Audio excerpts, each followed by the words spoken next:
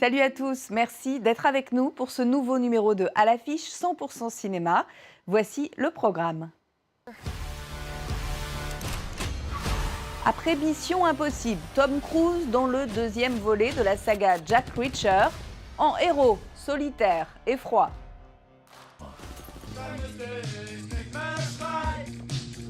Une merveille d'émotion arrive sur vos écrans. Ma vie de Courgette. Courgette n'a rien d'un légume, c'est un vaillant petit garçon qui perd sa maman et qui est confronté à la maltraitance. Brice, c'est ton meilleur Jean ami. Dujardin revient en brise de Nice. Secours, La presse rejoins-moi, casse le au plus film et vite. ses sketchs Premier avion. poussifs. Pour notre chroniqueur, cette suite touche le fond. Et pour évoquer l'actu cinéma, je vais tout de suite retrouver Thomas Borez.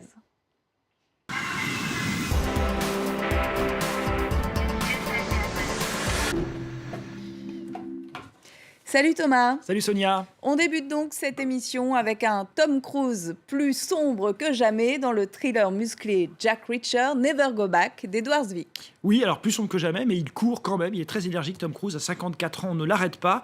Hier, en Ethan Hunt dans la saga Mission Impossible. Aujourd'hui, en Jack Reacher dans Jack Reacher, donc Never Go Back. Deuxième volet, vous l'avez dit, qui met en scène le sombre héros d'une saga d'abord littéraire du Britannique Lee Child. Alors il court, il se bat, il saute, il meurt, il ressuscite. Pas de repos pour le brave. Donc, dans le rôle titre, Tom Cruise joue, c'est un ancien militaire américain, une sorte qui est devenu une espèce de justicier solitaire. Et il va tenter ici de réhabiliter une ancienne collègue de l'armée qui a été emprisonnée pour une sombre affaire. Et dans le même temps, figurez-vous qu'il va se découvrir père, Jack Reacher. Vous allez me dire, Sonia, c'est beaucoup pour un seul homme. Et bien sûr que non, pas pour Tom, regardez. Purple Heart, Silver Star, you're a legend. Folks wonder why you left. I woke up one morning and the uniform didn't fit. Jack Reacher for Major Turner. Major Turner's been arrested. On what charge? Espionage. He's been set up. How much does Reacher know? How's it going? I don't like being followed. You think you're invulnerable. That's right. Maybe I rip your arm off and beat you to death with it. I'm sorry about this. Reacher? He's here to kill you. On s'envoie du coup de poing. James Bond, Jason Bourne, maintenant Jack Reacher. En quoi ce nouveau héros d'action est-il différent des autres ? Eh bien alors, sur ce deuxième volet, il n'est pas franchement très différent, il est même en dessous des autres, ce qui est un petit peu dommage. Jack Reacher, on l'a découvert au cinéma il y a quelques années, toujours avec Tom Cruise, mais avec un autre réalisateur, Christopher McQuarrie. Christopher McQuarrie, c'est celui qui a réalisé le dernier volet de la saga Mission Impossible, toujours avec Tom Cruise. Le dernier volet de la saga qui était super bien. Là, celui-là, on est très déçus par ce Jack Reacher. Le premier avait beaucoup d'humour, était extrêmement sombre et tortueux. Là, c'est extrêmement linéaire. Du coup, Tom Cruise, on voit le visage un petit peu sévère, envoie du lourd, vous avez dit, donne du coup de poing, mais l'intrigue est totalement linéaire et on est sans arrêt en train de penser à ce que ferait James Bond ou Jason Bourne dans la même situation. Donc autant dire qu'il est vraiment en dessous. On pensait que c'est le début d'une nouvelle saga et qu'on allait se réjouir. Eh bien non, il n'aurait peut-être pas fallu donner à Edward Zwick le soin de réaliser cette suite. Edward Zwick qui avait fait notamment Blood Diamond, souvenez-vous, avec DiCaprio. C'est les vacances et plusieurs dessins animés sortent en salle. Trolls, La Chouette, Entre vie et sommeil, Choupi fait danser l'alphabet. Votre coup de cœur, Thomas, c'est Ma vie de Courgette du Suisse Claude Barras. Mais ce film d'animation, on vous prévient, hein, il est plutôt destiné aux enfants à partir de 10 ans. Oui, qui est à peu près l'âge du personnage dans le film, le type personnage. Il faut dire que c'est en stop motion. Le stop motion, c'est de l'animation avec des vraies marionnettes. C'est assez étonnant en termes de visuellement. C'est réalisé par un Suisse et écrit par Céline Sciamma. Céline Sciamma, c'est une Française, c'est une réalisatrice. Elle a fait notamment Bande de filles ou encore Tomboy. Et elle est donc scénariste sur ce coup-là.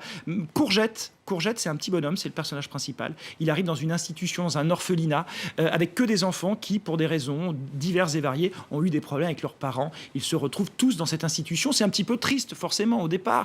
Et puis, ensemble, eh bien, on est forcément plus fort que tout seul. Et donc, tous ces enfants vont essayer ensemble de réenchanter leur vie. Ça en fait un film très sombre, je le disais au départ, mais très lumineux sur la fin. C'est un joli conte, ça dure à peine 1h10. Alors oui, pas pour des petits-enfants, parce que ça parle de sujets quand même extrêmement graves, mais c'est surtout un petit bijou d'animation. On l'avait découvert à Cannes, et même les adultes peuvent y aller, seuls ou avec enfants. Regardez.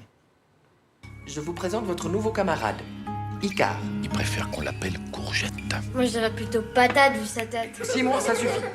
Je vais rentrer chez moi avec ma maman. C'est impossible, Courgette. Elle est partie, ta maman, elle est au ciel. Hé, lâche ça.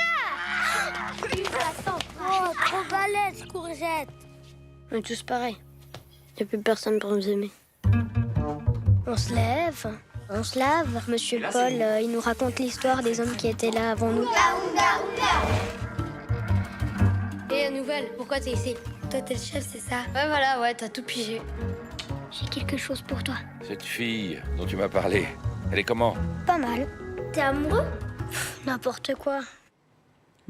Et nous avions rencontré à Cannes la scénariste Céline Sciamma. Elle nous parle de la période clé de l'enfance où tout est possible. Et je crois que l'enfance, c'est un territoire de fiction parce que c'est encore le territoire des possibles. Et même là, ces petits héros qui sont assez abîmés par la vie, donc qui sont des enfants qui ont comme déjà quitté l'enfance. Eh bien non, en fait. L'enfance, elle est plus forte parfois que les conditions, que les lieux où on vit. Et donc quelque chose d'assez vital dans l'enfance qui est beau à raconter, quoi. C'est la force des premières fois et puis aussi le charisme d'un moment où tout est possible. Et on va parler maintenant, Thomas, du retour du surfeur pathétique avec Brise de Nice 3 de James Hutt, avec Jean Dujardin, bien sûr. Et oui, 11 ans séparent, et oui, ça ne rajeunit pas, le premier Brise de Nice de ce troisième, en fait, qui est en fait un deuxième, puisque, attention, blague, Brise de Nice a cassé lui-même le deuxième volet qui n'a jamais eu lieu, donc voilà pourquoi ce Brise s'appelle le 3. Bref, Brise de Nice n'a pas beaucoup changé, c'est toujours un ado très attardé, qui se dit surfeur. Bref, il est à Nice, il attend en vain une vague qui ne vient toujours pas. Et là, il se retrouve expulsé de sa petite caravane sur la plage. Et dans le même temps, il reçoit un message via une bouteille à la mer. Et c'est son copain Marius de Fréjus, qui lui dit « Viens me rejoindre sur une petite île au milieu de nulle part, puisqu'il se passe des choses bizarres. » Je vous dis pas ce que c'est le début de l'aventure. Regardez. Oh putain! Ça va, monsieur? Et toi, ça va? Tu passes un bon vol?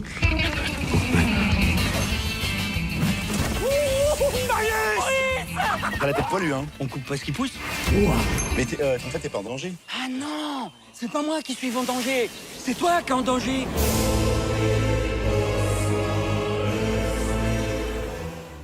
Voilà, Thomas, le premier volet vous avez plutôt fait rire. Qu'en est-il de celui-là ? Alors, il m'a beaucoup moins fait rire, c'est peu de le dire. En fait, en 2005, Jean Dujardin le connaît. On commence à le connaître par la télé, bien sûr, par ses one-man shows aussi. Et c'est vrai que quand il arrive au cinéma avec Brise de Nice, ce personnage qui était issu de ses one-man shows, ça collait plutôt bien avec la personnalité de Jean Dujardin aujourd'hui. Et surtout, le nouveau rire qu'il allait apporter dans un territoire très balisé en France. Il y avait quelque chose de Jim Carrey dans cette manière un petit peu de jouer avec son masque, avec son visage et tout ça. Il y avait quelque chose quand même de très physique qui était plutôt plaisant. Et il faut bien le dire, un petit peu absurde, qui marchait plutôt bien. Là, 11 ans, je l'ai dit, à passer. Depuis Dujardin, on le sait, est oscarisé, est une star plus ou moins internationale. Et du coup, le costume de Brice lui semble un peu désormais trop petit pour lui. Il y a une espèce comme ça d'innocence qui s'est perdue en route.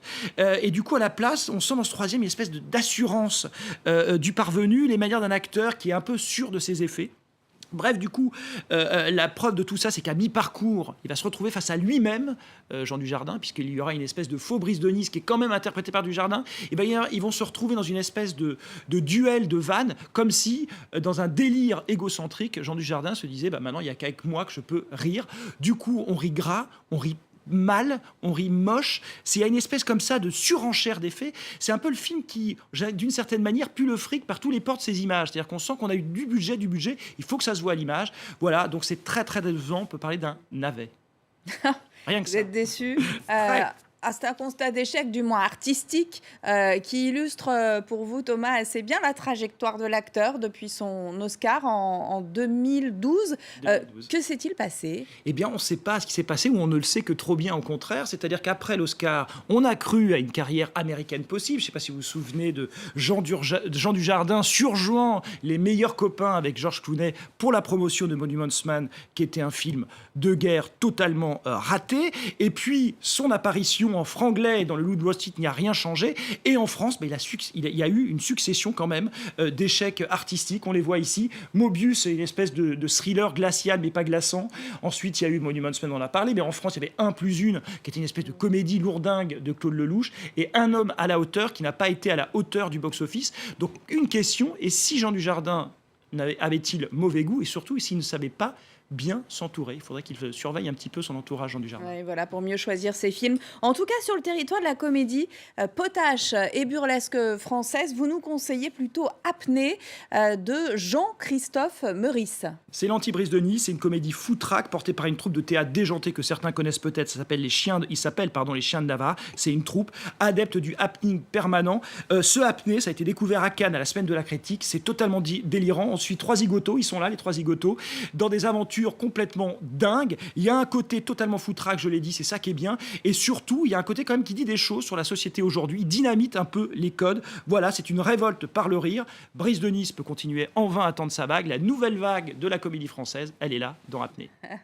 Bon, on va suivre votre conseil, Thomas. C'est la fin de cette émission. Merci à tous de nous avoir suivis. N'oubliez pas de nous retrouver sur france24.com ainsi que sur tous nos réseaux sociaux. Et on se quitte donc en regardant cette bande-annonce d'Apnée. Doucement.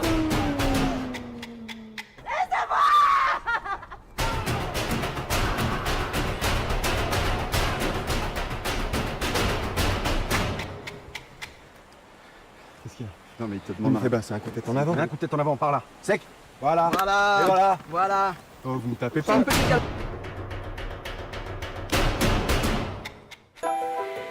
Vous êtes ici, votre magazine du patrimoine français. Versailles, le Louvre, le Mont-Saint-Michel. Le patrimoine français a ses stars. Mais le génie français et la France recèlent bien d'autres merveilles. Métiers d'art, gastronomie, architecture, sites naturels. Avec France 24, partez à la découverte de cet héritage bien vivant. Du jeune apprenti à l'artisan au savoir-faire reconnu, de l'éleveur au chef étoilé, rencontrez ces passionnés qui préservent et font vivre le patrimoine français. Vous êtes ici, à voir sur France 24 et france24.com.